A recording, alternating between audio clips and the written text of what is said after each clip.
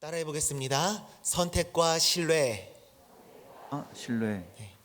어느덧 2021년의 마지막 주를 우리가 보내고 있습니다. 이제 돌아오는 금요일이 지나가면은 2022년을 맞이하게 됩니다. 그렇게 한 해를 마무리하고 또 새해를 맞이하게 되는 이 시간 속에서 하나님께서 주신 마음이 있어서 그 마음을 함께 나누고자 합니다. 오늘 본문은 우리가 너무도 잘 알고 있는 이야기죠. 이스라엘이 이집트를 나온 후 하나님께서 약속하셨던 가나안 땅으로 인도함을 받아서 그 앞에 도착하고 그 땅을 정탐하기 위해서 각 지파에서 한 사람씩 총 12명을 뽑아가지고 그 땅을 정탐하고 오게 합니다. 시간이 흘러서 40일이 지난 후에 그들이 돌아와서 보고를 합니다. 그 12명의 공통적인 보고는 이랬습니다. 그 땅은 너무 좋다. 정말 좋은 땅이다. 그 땅은 정말로 말 그대로 젖과 꿀이 흐르는 땅이다. 그러나 그 땅의 사람들은 정말 강해 보였다. 덩치도 굉장히 컸으며 성읍도 아주 높게 쌓아놓고 있었다. 정말 무시무시한 사람들은 맞다. 이것이 바로 공통적인 보고였었습니다. 말 그대로 그 땅에 대한 상황을 객관적으로 분석하고 그런 다음에 보고를 해준 겁니다. 데이터화 시킨 것이죠. 그런데 이후에 그 땅에 대해서 이제는 평가를 하기 시작을 하는데, 그거에 대해서 최종적인 평가를 내리기 시작하는데 이 평가가 둘로 나뉘어지게 됩니다. 우선은 2명은 곧바로 올라가서 우리가 그 땅을 치자, 그러면 이길 것이다 라며 긍정적인 평가를 하고요. 나머지 10사람은 무슨 말이냐, 말도 안 된다, 우리는 그들에게 지게 될 것이다, 그곳은 거인들이 사는 곳인데 우리가 그들을 어떻게 이기겠느냐, 우리들은 그들에게 밥이 될 것이다, 우리들은 그곳에 가면은 죽게 될 것이다 라면서 부정적인 평가를 하게 됩니다. 2사람은 하나님께서 이 땅을 주시겠다고 약속을 하셨으니까 그 땅을 우리가 취하게 될 수 있을 것이라고 당연하게 생각을 합니다. 그런데 나머지 10사람은 어떻습니까? 그 거대한 사람들을 우리가 어떻게 이기냐면서 현실적으로 나름대로 생각을 하기는 했지만 조금 과장되게 함께 표현을 하게 됩니다. 악평을 일삼게 되는 겁니다. 그런데 중요한 것은 이렇게 12명이 2가지 반응을 나누어서 보고를 하게 되고 평가를 하게 되는데, 중요한 것은 그 다음에 그 얘기를 들은 사람들의 반응입니다. 그 사람들의 반응이 어땠냐?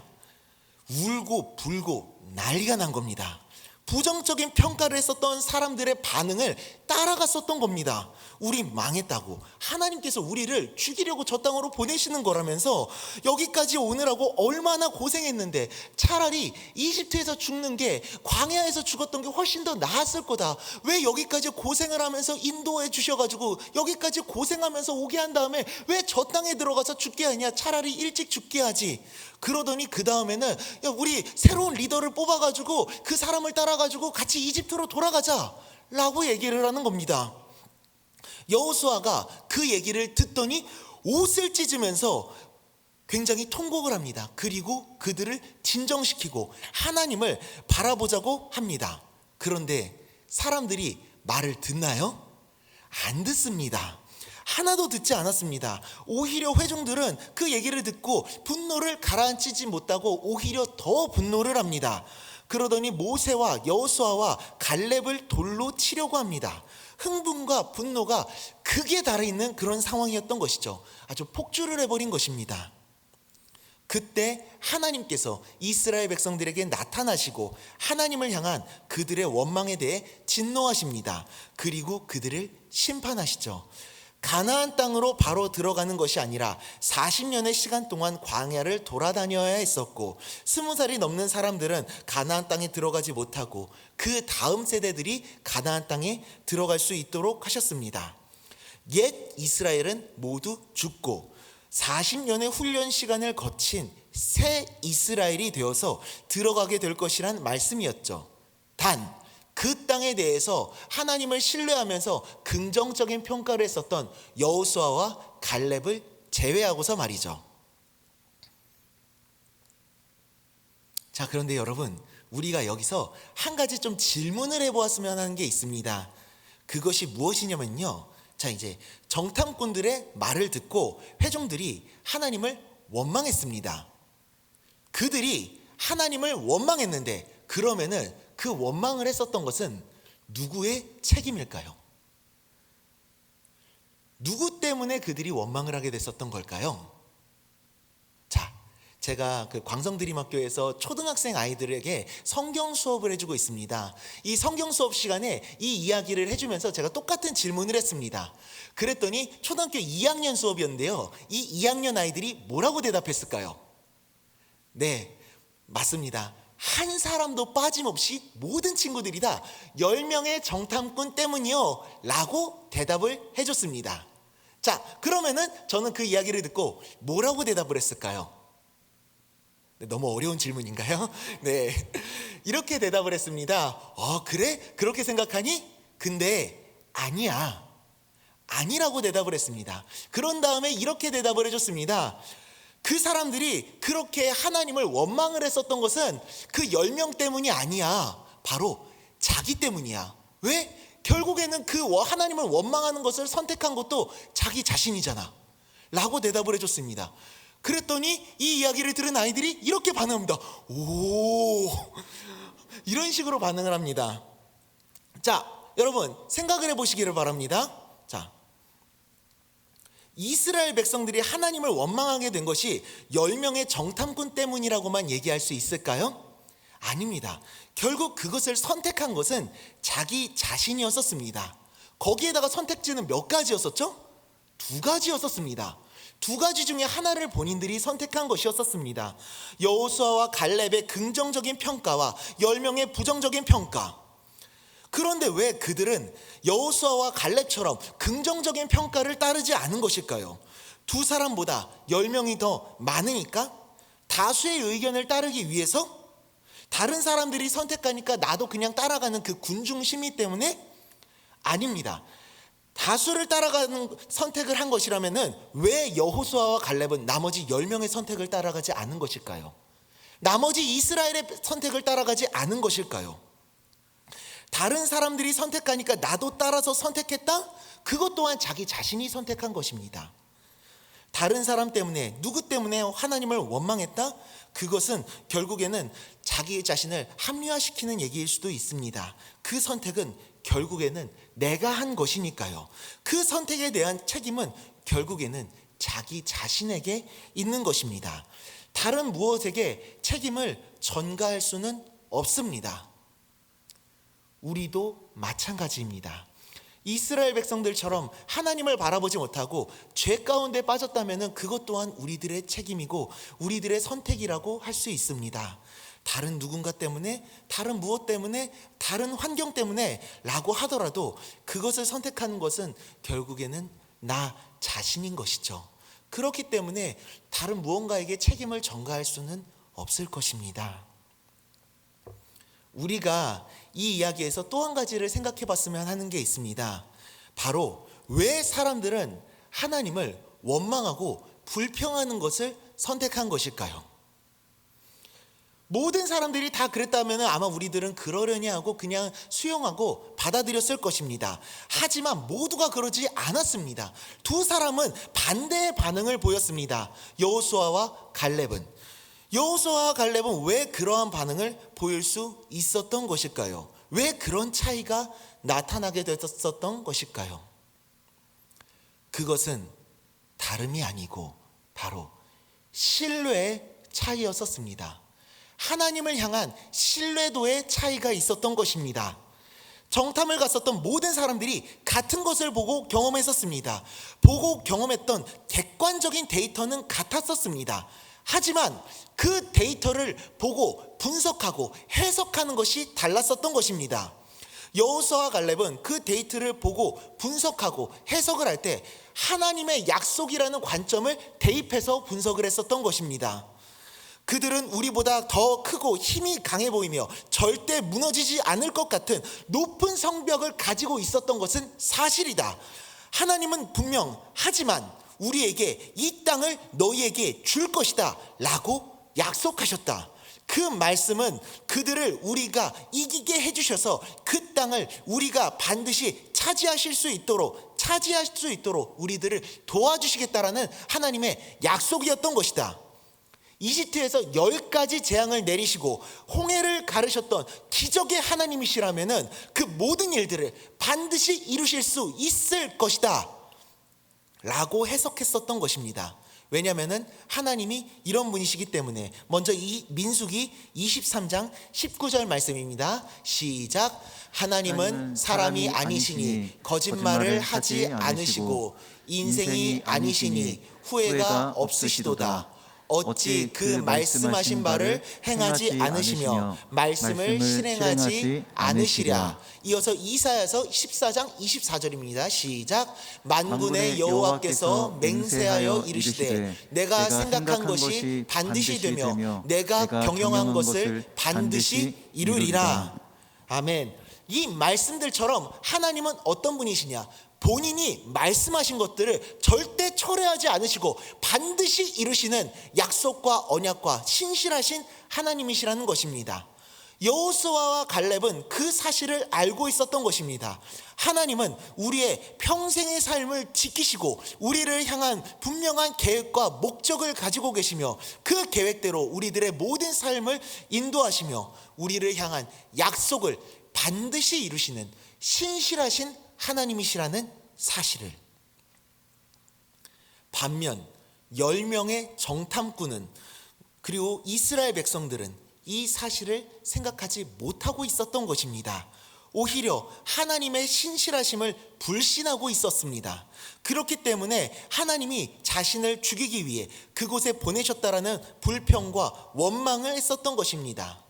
우리에게 말씀하셨던 말을 반드시 이루실 것이라는 그러한 신뢰를 가지지 못하고 있었던 것입니다.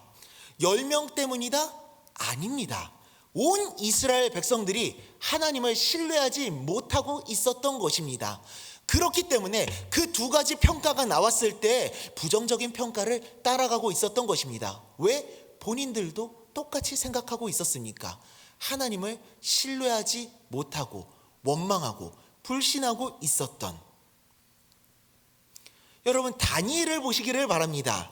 다니엘은 바벨론의 포로로 끌려간 처참하고 수치스러운 상황 속에서도 끝까지 하나님을 향한 믿음을 잃지 않고 하나님을 바라보고 있었습니다.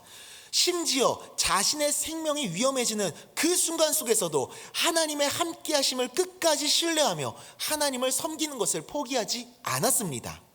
그리고 다윗을 보시길 바랍니다. 자신보다 키가 2배 가까이 크고 힘도 훨씬 더 강하고 모든 어른들이 두려워하고 있었던 골리앗 앞에서도 소년 다윗은 하나님을 바라보았습니다. 골리앗을 바라보기 전에 하나님을 바라보았습니다.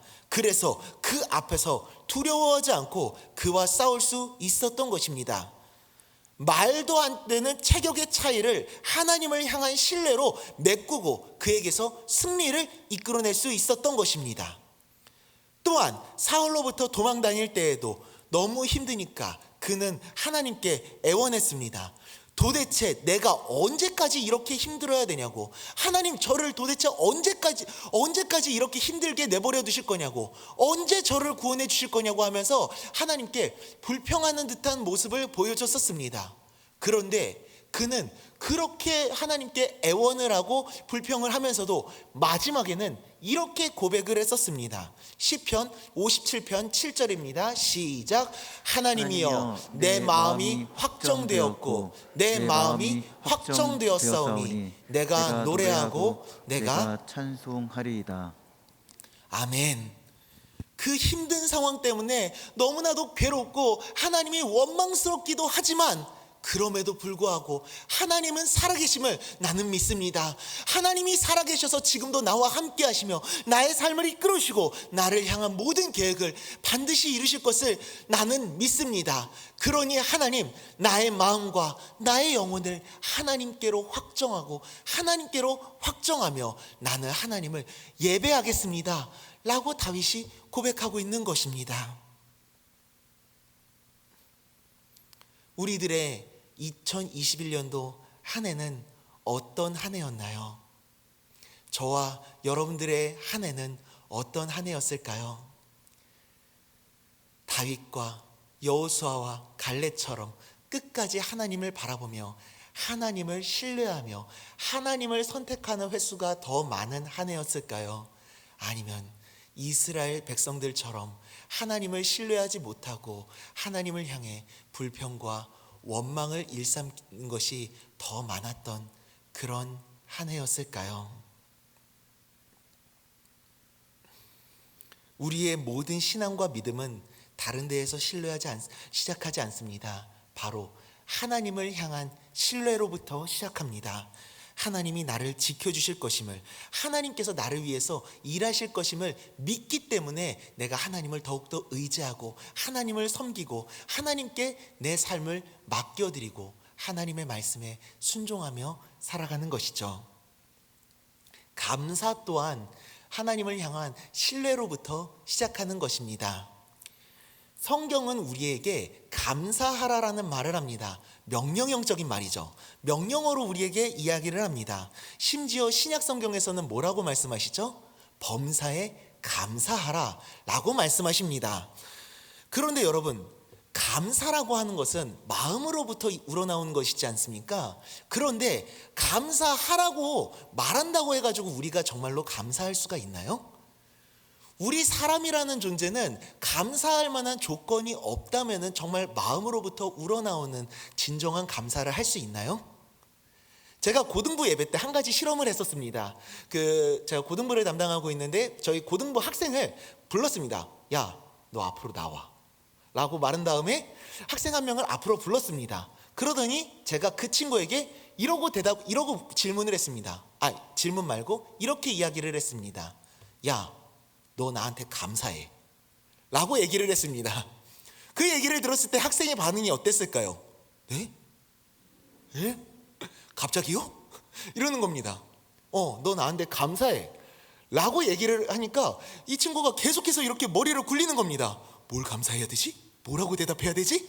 하고 생각을 하다가 결국에는 네, 감사해요 라고 얘기를 하는 겁니다. 그래서 제가 이렇게 질문을 했습니다. 뭐가 감사한데? 라고 얘기를 하니까 더 황당해하는 겁니다. 이 친구가. 네? 또요? 그러더니 이렇게 머리를 계속해서 굴리다가 뭘 말씀드려야 되지? 그러더니 결국에는 머리를 쥐어짜내가지고 하는 말이 감사해요. 뭐가 감사한데? 말씀을 전해주셨어요. 정말로? 네. 근데 영혼은 하나도 느껴지지 않는데? 하나도 영혼이 느껴지지 않는 겁니다. 거짓말이었던 거죠. 그냥 감사하라고 하니까 쥐어짜내가지고 생각한 게 말씀 전해주셔서 감사하다라고 얘기를 하는 겁니다. 지난주에 전해줬던 설교도 전혀 기억도 하지 못하면서 그런데 그러고 나서 제가 그 친구한테 어떤 한 가지 액션을 취했습니다. 제 가방에서 뭔가를 꺼냈습니다. 그게 뭐냐면은 학생들 모두가 좋아할 만한 고급 초콜릿을 꺼내가지고 그 친구한테 줬습니다. 야, 너 이거 가져. 그러더니 그때 그 친구의 눈이 갑자기 휘둥그레지는 겁니다. 정말요? 정말요? 이거 너 주려고 가지고 온 거야. 실은 이거 너 주려고 부른 거야 라고 얘기하니까 그 친구가 그제서야 이거를 정말 받아도 돼요? 이거 네 거야. 감사합니다 라고 얘기를 하는 겁니다. 그 전까지는 감사하다는 얘기를 하나도 안 하더니 초콜릿 주니까 감사하다라고 얘기를 하는 겁니다. 아까 전에 말씀을 전해주셔서요 라고 했을 때에는 굉장히 당황스러워하면서 말하기 싫은데 그래도 억지로 말을 해야 될 것 같아서요 라는 식으로 얘기를 했는데 초콜릿을 받으니까 웃으면서 감사합니다 라면서 이렇게 받는 겁니다. 진정한 감사를 저는 느꼈습니다 그때. 자, 여러분, 이러는 것처럼 우리 사람들은 감사할 만한 조건이 없으면은 마음으로부터 우러나오는 감사를 할 수가 없는 존재들입니다. 그런데 성경은 우리에게 감사하라고 말씀하고 계시죠. 하나님이 우리에게 감사를 강구하시고 그리고 또 우리에게 감사하라면서 이렇게 압박을 넣으시는 걸까요? 아닙니다. 하나님은 결코 우리에게 무언가를 강요하시는 분이 아니십니다. 우리에게 억지로 무언가를 시키시는 분도 아니시죠. 그런데 우리에게 감사하라고 말씀하신다? 그 안에는 이러한 뜻이 내포되어 있는 것입니다. 바로 내가 너를 감사하게 만들 것이다. 내가 너를 반드시 감사하게 만들 것이다 라는 말씀이 하나님께서 나와 늘 언제나 함께 하시며 나의 모든 삶을 인도해 주셔서 나에게 은혜를 베풀어 주시고 그 은혜 때문에 결국에는 우리가 감사하게 만드실 거란 말씀입니다. 창세기 28장 15절입니다. 그리고 로마서 8장 28절을 함께 읽겠습니다. 시작. 내가 너와 함께 있어 내가 어디로 가든지 너를 지키며 너를 이끌어 이 땅으로 돌아오게 할지라. 내가 내게 허락한 것을 다 이루기까지 너를 떠나지 아니하리라 하신지라. 우리가 알거니와 하나님을 사랑하는 자 곧 그의 뜻대로 부르심을 입은 자들에게는 모든 것이 합력하여 선을 이루느니라. 아멘. 모든 것이 합력하여 선을 이룬다. 우리를 향하신 하나님의 그 모든 계획을 반드시 이루신다라는 뜻이며 그 뜻이 이루어질 때 우리들은 하나님께 진정한 감사를 올려드리게 될 것이란 말씀입니다. 하나님의 감사라는 말씀은 바로 이렇게 내가 너와 함께 있고 너를 향한 계획을 반드시 이룰 것이며 너의 평생의 삶을 인도해 주시며 너의 삶에 은혜를 베풀어 주실 것이니 그러니 나를 신뢰하렴이라는 마음이 담겨진 말씀인 것입니다. 비록 내 환경과 상황이 너무 힘들고 지치는 정말 감사할 수 없는 그런 상황이라고 할지라도 하나님이 나와 지금도 함께 하시며 내 생각보다도 더 뛰어나고 놀라우신 하나님의 계획대로 나를 인도해 주시고 계시며 나에게 반드시 은혜를 베풀어 주실 것이니까 반드시 나를 도와주시고 내게 은혜를 베풀어 주실 것이니까 나는 그 하나님을 신뢰하며 하나님을 바라보겠다. 이것이 바로 하나님을 향한 우리의 신앙과 믿음이 되어야 하는 줄 믿습니다. 저에겐 이제 막 6개월 된 딸이 한 명 있습니다. 이름은 박다온인데요. 이름 말하자마자 바로 입꼬리가 이렇게 올라가죠. 정말 너무 행복한 삶을 살아가고 있습니다. 딸 때문에. 지난 성탄절에 유아 세례도 받았는데요. 이 아이가 태어난 지 얼마 안 돼서 있었던 일입니다. 제가 우리 교회 오기 전에 있었던 일인데요. 이 아이가 태어나고 나서 처음으로 예방접종 주사를 맞았습니다. 근데 주사라는 걸 처음 맞으니까 일단 주사를 맞을 때 아파하기도 했었고, 그리고 몸에서 이제 열이 나기 시작하지 않습니까? 열이 나기 시작하는데 그 열을 견디지 못해가지고 애가 계속 우는 겁니다. 평소 때는 막 이렇게 장난을 치고 이렇게 달래주고 그러면 잘 웃고, 그리고 또 그 모습에 저도 막 행복하고 그러는데 딸아이가 우니까 이게 마음이 너무 아픈 겁니다. 아, 이게 부모의 마음이라는 거구나라는 거를 막 이제서야 배우기 시작하는 것 같은데, 그 모습을 보니까 마음이 너무 아파가지고 이 아이를 어떻게 해서든 달래주려고 했습니다. 아파하는 딸의 모습이 너무 아파가지고 제가 평소 때 이렇게 달래거든요. 다오니 다오니 이렇게 달래는데, 네, 더 액션을 크게 하는데 죄송합니다. 설교 자리여가지고요. 네. 근데 이런 식으로 달래주는데 그날도 이 아이를, 야, 이거 너무 아파하고 그러니까 더 격하고 더욱더 힘을 내서 달래줬습니다. 그런데 계속 울고 있는 그 아이의 모습을 보는데 그때 하나님께서 저의 마음 가운데 이런 말씀을 해주시는 겁니다. 성집아, 너 다온이가 아프니까 너도 이렇게 마음이 아프고, 그리고 다온이 어떻게 해서든 달래주려고 이렇게 애를 쓰지. 야, 너가 아프고 너가 힘들 때 내 마음은 어떻겠니? 너가 힘들어하고 너가 괴로워하고 있을 때 내가 가만히 있겠니? 라는 마음을 주시는 겁니다. 그때 제가 조금 어떤 한 사건 때문에 힘들어하고 있었는데 하나님께서 그 마음을 주시며 제 마음을 위로해 주셨었고, 그리고 다시 하나님을 바라보며 하나님을 신뢰할 수 있도록 도와주셨었습니다. 우리 하나님은 이처럼 우리를 진심으로 사랑하셔서 우리를 위해서 늘 일하시는 신실하신 하나님이십니다. 우리를 보호하시고 지키시고 인도하시며 우리에게 약속하신 바를 반드시 이루시는, 우리가 아파하고 괴로워할 때 그런 우리들을 결코 외면하지 않으시고, 그런 우리들을 바라보시면서 같이 아파하시고, 아니 더 아파하시고, 그런 우리들을 위해서 성실하게 일하시는 신실하신 하나님, 그리고 우리에게 반드시 은혜를 베풀어 주셔서 우리를 다시금 회복시켜 주시는 신실하신 하나님. 이사야서 41장 10절 말씀입니다. 시작. 두려워하지 말라, 내가 너와 함께함이라. 놀라지 말라, 나는 내 하나님이 됨이라. 내가 너를 굳세게 하리라. 참으로 너를 도와주리라. 참으로 나의 의로운 오른손으로 너를 붙들리라. 아멘. 사랑하는 성도님들, 우리가 하나님을 신뢰할 수 있기를 바랍니다. 우리들의 2021년도가 어쩌면 이스라엘 백성들처럼 내 힘들고 괴로운 그 상황들 때문에 하나님을 신뢰하고 하나님을 선택하기보다는 하나님을 원망하는 그런 시간들이 더 많았을 수도 있습니다. 하지만 우리 이 시간 다시금 하나님을 바라보면서 하나님을 신뢰하는 마음으로 우리 결단할 수 있으면 좋겠습니다. 2022년도는 내가 하나님을 바라보겠습니다. 하나님을 더욱더 신뢰하겠습니다. 그래서 하나님을 선택하겠습니다.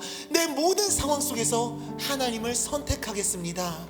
이것이 바로 우리들의 삶이 예수로 충만한 삶인 줄 믿습니다. 할렐루야. 이 시간 우리가 함께 찬양하며 기도하는 시간을 가졌으면 좋겠는데요, 요 근래 우리 라엘 찬양팀에서 많이 해주신 그런 찬양입니다.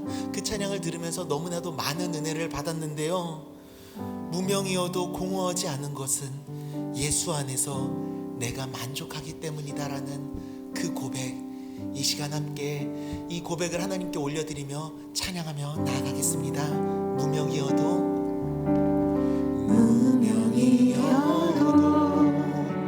공허하지 않은 것은 예수 안에 난 만족함이라. 가난하여도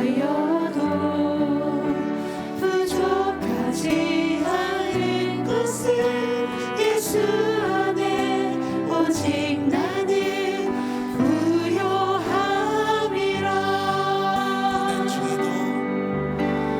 고난 중에도 견뎌낼 수 있는 것은 주의 계획 있기 때문이라.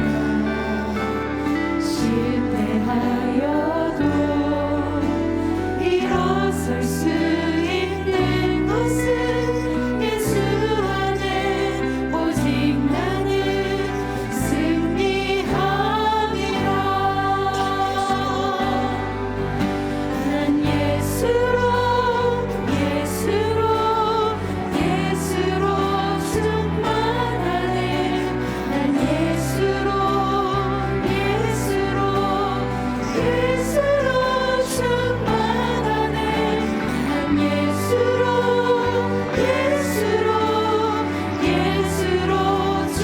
충만하네. 영원한 왕 내 안에 살아계시네.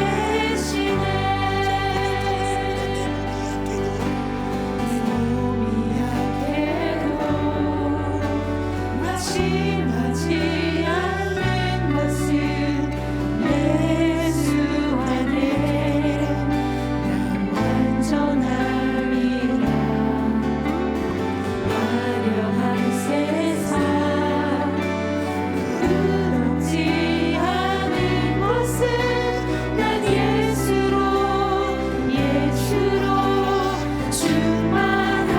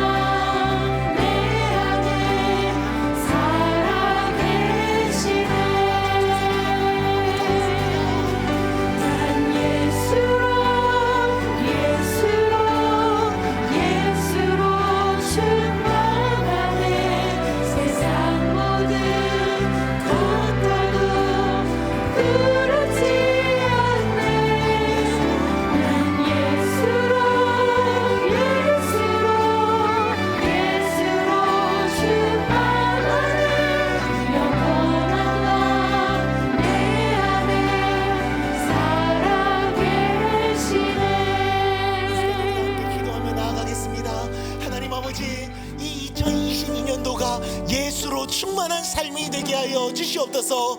어떠한 상황 속에서도 나와 함께 하시며 내게 은혜를 베풀어 주실 하나님을 기대하고 신뢰하며 그 하나님을 바라보며 다른 것을 선택하는 것이 아니라 하나님을 선택하는 진정한 예수로 충만한 삶이 되게 하여 주시옵소서. 이 시간 함께 기도하며 나아가겠습니다. 기도하겠습니다. 아버지 하나님 붙들어주시고 이끌어 주시옵소서. 아버지 하나님 우리들의 2022년도가 아버지 하나님으로 예수님으로 충만한 하나가 되게 하여 주시옵소서. 아버지 하나님 어떠한 상황 속에서도 나와 함께하며 나의 삶을 이끌어주시는 하나님 아버지를 내가 신뢰하며 하나님과 동행하며 하나님을 선택하는 삶이 살아가겠습니다. 하나님을 선택하겠습니다. 주님 2022년도도 우리가 모색하고 선택하여서 하나님께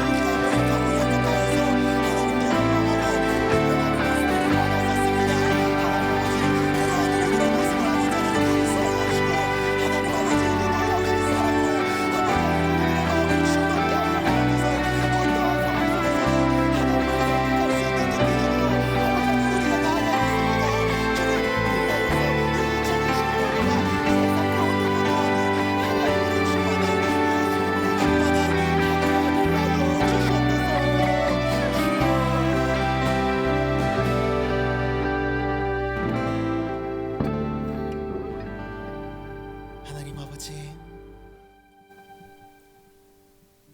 우리의 2021년도는 너무나도 연약하고 부족해서 이스라엘 백성들처럼 하나님을 신뢰하지 못하고 하나님을 원망했을 때가 더 많았던 것 같습니다.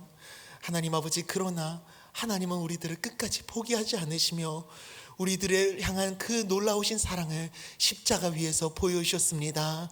하나님 아버지, 2022년도를 맞이하면서 다시 한번 우리가 결단합니다. 하나님 앞에 결단합니다. 주님, 우리들의 2022년도가 주님을 선택하는 순간이 많은, 정말로 하나님을 진심으로 신뢰하며 하나님을 선택하는 예수로 충만한 한 해가 될 수 있도록 은혜 베풀어 주시옵소서.